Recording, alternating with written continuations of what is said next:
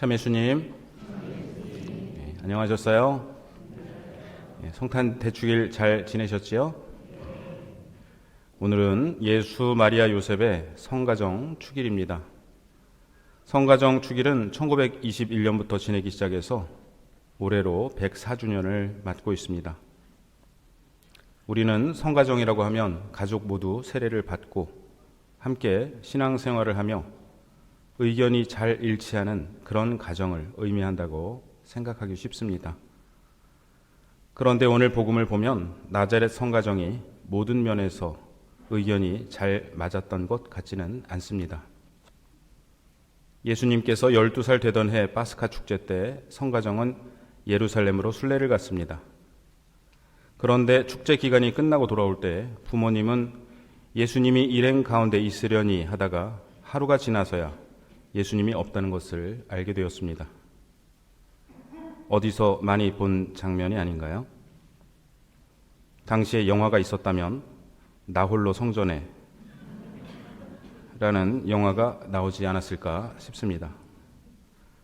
저는 성탄 때마다 TV에 나오는 나 홀로 집에 영화를 볼 때 아니 어떻게 부모님이 자기 애가 없는 것도 모르고 여행을 갈 수가 있지 하고 생각했는데 오늘 복음을 보면 그것이 상당히 성서적 전통에 기반해 있는 장면이라는 것을 알 수 있습니다. 성모님과 성요셉은 결국 사흘 뒤에야 예수님을 성전에서 찾는데요.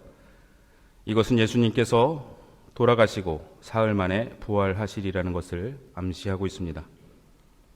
성모님이 예수님께 얘야 우리에게 왜 이렇게 하느냐 내 아버지와 내가 너를 애타게 찾았단다 라고 말씀하시자 예수님은 왜 저를 찾으셨습니까? 저는 제 아버지의 집에 있어야 하는 줄을 모르셨습니까? 하고 말씀하십니다. 성모님이 내 아버지라고 하실 때 이는 성 요셉을 가리킨 말씀이셨습니다. 그러나 예수님께서 말씀하신 제 아버지는 하느님을 뜻하는 말이었습니다. 성모님과 성 요셉은 예수님의 말을 잘 알아듣지 못합니다. 그렇더라도 성모님은 이 모든 일을 마음속에 간직합니다. 한편 예수님은 부모님과 함께 나자렛으로 내려가 그들에게 순종하며 지냅니다. 이 대목에서 예수 마리아 요셉께서 어떻게 성가정을 이루셨는지가 드러납니다. 세 분 모두 이 집의 진정한 가장이 누군지 아셨고 진정한 가장이신 하느님께 순종하셨습니다. 세 분 중 어느 누구도 내 뜻을 따르라며 강요하시지 않고 하느님의 뜻을 따르기 위해 서로의 말을 경청하셨습니다. 오늘 제1독서의 말씀은 한마디로 내가 나의 부모에게 어떻게 대하고 있는지를 내 자식이 보고 있다는 것입니다. 내가 부모님을 대하는 태도가 나중에 자식이 나를 대하는 태도가 될 것입니다. 주님의 말씀에 귀 기울이는 이라는 표현이 나오는데요. 성모님은 가브리엘 천사가 전해준 하나님의 말씀에 또 성 요셉은 꿈에 천사가 일러준 하나님의 말씀에 귀 기울이신 분들이셨습니다. 그러나 나는 하나님 말씀을 직접 듣고 있다라고 자만하지 않으시고 가족 서로의 말을 경청하십니다. 마치 하나님께서 이제는 꿈이 아니라 우리 가족들의 입을 빌어 내게 말씀하고 계시다는 것을 알고 계신 듯 합니다. 오늘 제2독서에서 바오로 사도는 아버지 여러분 자녀들을 들볶지 마십시오. 그러다가 그들의 길을 꺾고 맙니다. 라고 말합니다. 그리스 로마 사회에서 아버지의 권한은 막강했는데요. 원치 않는 딸이 태어나면 버릴 수 있었고 장애를 가진 아이에 대해서도 마찬가지였습니다. 아버지가 자녀에게 강제로 노동을 시키거나 감금하고 매질하거나 죽일 권한까지 있었다고 말하는 문헌도 있습니다. 물론 이는 로마 제국의 법적 권한이었기 때문에 십계명을 따르던 유다인들이 이렇게 했다는 뜻은 아닙니다. 그렇다 하더라도 아버지의 법적 권위가 이러하던 시대에 예수님을 대하는 성 요셉의 태도는 놀라울 정도로 겸손하고 온유합니다. 그것이 우리 모두 우리 집의 진정한 가장이신 하느님 아버지의 뜻에 순종해야 한다고 강조하신 지상의 가장의 태도였습니다. 바오로 사도는 또 아내 여러분, 남편에게 순종하십시오. 남편 여러분, 아내를 사랑하십시오. 그리고 아내를 모질게 대하지 마십시오. 라고 말하는데요. 당대의 극심한 가부장적 사회 구조를 감안할 때 오늘날 이 말씀은 남편과 아내 서로가 지켜야 할 말씀이라 하겠습니다. 오늘날 혼배의식 때 신랑과 신부는 서로 신의와 사랑과 존경을 서약합니다. 존경을 서약한다는 점이 제게는 늘 가슴 뭉클합니다. 존경한다는 것은 상대를 드러높이고 귀하게 여기고 공경한다는 의미입니다. 가까운 사이일수록 예의를 지키라는 말이 있습니다. 우리는 가장 가까운 사람에게서 가장 큰 위로를 받기도 하고 가장 큰 상처를 받기도 합니다. 그렇기 때문에 가족 간에 말을 함부로 해서는 안 되고 더욱 말을 조심해야 합니다. 내가 하는 말이 사랑의 말, 존경의 말인지 무시하고 하대하는 말인지 늘 살펴야겠습니다. 서로 존경하는 것이 성가정의 핵심입니다. 예수, 마리아, 요셉은 서로 존경하셨습니다. 2025년은 희년입니다. 희년은 올해 성탄절부터 2026년 1월 6일 주님 공연 대축일까지 이어집니다.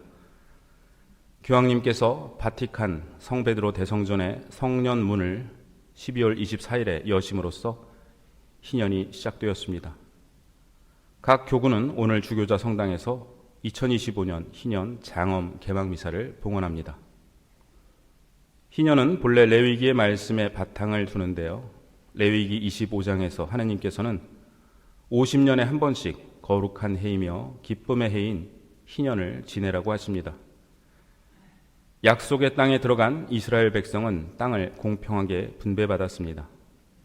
이 땅을 사고 팔게 되더라도 희년에는 본래의 주인에게 돌려주라고 하느님께서는 말씀하십니다. 또한 희년에는 빚진 사람의 빚을 탕감해주고 빚 때문에 노예로 팔려간 사람이 있으면 해방시켜주라고 하십니다. 이 희년법이 지켜진다면 세상에는 가난한 가족도 없고 빚 때문에 목숨을 끊는 사람들도 없을 것이며 사람들이 더 많은 땅이나 건물 또는 필요 이상의 재산을 가지기 위해 몸부림치거나 남을 해치지 않게 될 것입니다. 이 희년법은 모든 사람과 토지와 재산이 결국 하느님 것이라는 사상을 바탕으로 하고 있습니다. 예수님께서는 나자렛에서 처음으로 복음을 선포하시며 이 희년을 선포하십니다. 주님께서 나를 보내시어 가난한 이들에게 기쁜 소식을 전하고 잡혀간 이들에게 해방을 선포하며 눈먼 이들을 다시 보게 하고 억압받는 이들을 해방시켜 내보내며 주님의 은혜로운 해를 선포하게 하셨다. 이 은혜로운 해가 바로 희년입니다. 교회 역사에서 이번 희년은 서기 1300년에 보니파시오 8세 교황께서 첫 번째 희년을 선포하신 이래 31번째 맞는 희년입니다. 희년은 50년 주기로 선포되다가 25년 주기로 바뀌었는데요. 서기 2000년이 29번째 희년이었고 2015년 프란치스코 교황님이 선포하신 자비의 특별 희년이 30번째 희년이었습니다. 이 희년에는 교황청 내사원이 발표한 교령에 따라 전대사가 수여됩니다. 또한 교황님께서는 희년 정신의 사회적 실천을 강조하십니다. 교황님께서 강조하신 것은 평화를 위해 노력하기, 생명을 전달하려 노력하기, 희망을 지지하고 북돋우는 사회적 약속의 필요성을 알리는 데 앞장서기, 감옥에 갇힌 이들에게 희망의 징표가 되어주기, 환자들을 방문하고 돌보기, 청소년과 청년들이 꿈을 갖고 나아갈 수 있도록 도와주기, 이주민과 난민에게 희망을 주기, 어르신들의 존재가 보물이라는 사실을 깨닫고 존경하기, 생필품조차 부족한 가난한 이들에게 희망을 주기 등입니다. 교황님은 이에 더하여 다음과 같이 두 가지를 더 호소하십니다. 저는 다시 한번 호소합니다. 무기와 기타 군비 지출 비용으로 결정적인 기앗 퇴치와 가장 가난한 나라들의 발전을 위한 세계 기금을 조성합시다. 이로써 그러한 가난한 나라들에 사는 주민들이 더 이상 폭력적이거나 기만적인 해결책에 의지하지 않고 더 품위 있는 삶을 찾아 조국을 저버릴 수밖에 없는 일이 일어나지 않게 합시다. 저는 희년의 빛 안에서 상대적으로 풍족한 나라들에게 한 가지를 더 호소하고자 합니다. 과거에 그들이 했던 수많은 결정들의 무게를 인식하고 빚을 갚을 길이 없는 나라들의 부채 탕감을 결심할 것을 요청합니다. 이는 관용의 문제이기에 앞서 정의의 문제입니다. 이러한 교황님의 호소가 너무 이상적이라고 생각하실지 모르겠습니다. 그러나 희년은 그리스도교의 이상을 온 세상에 공표하고 실현하는 해입니다.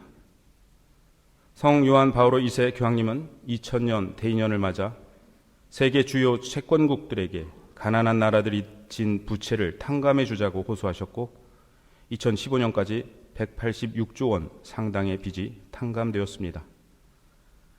프란치스코 교황님께서는 우리가 서로에게 희망의 징표, 즉 희망의 사인이 되어주자고 말씀하십니다. 하느님께서 이 희년에 우리에게 주시는 특별한 은총과 자비에 힘입어 우리도 서로에게 은총의 통로가 되고 자비가 되어주고 힘이 되어주자는 것입니다. 나라와 나라, 공동체와 공동체가 서로 힘이 되어주고 희망의 징표가 되어줄 때 2025년은 온 세상에 그리고 우리나라에 참다운 희년이 될 것입니다. 특별히 우리 가족들에게도 2025년이 은총의 해가 될 수 있도록 우리가 서로에게 희망의 사인이 되어 주어야겠습니다. 서로 사랑하고 존경해야겠습니다.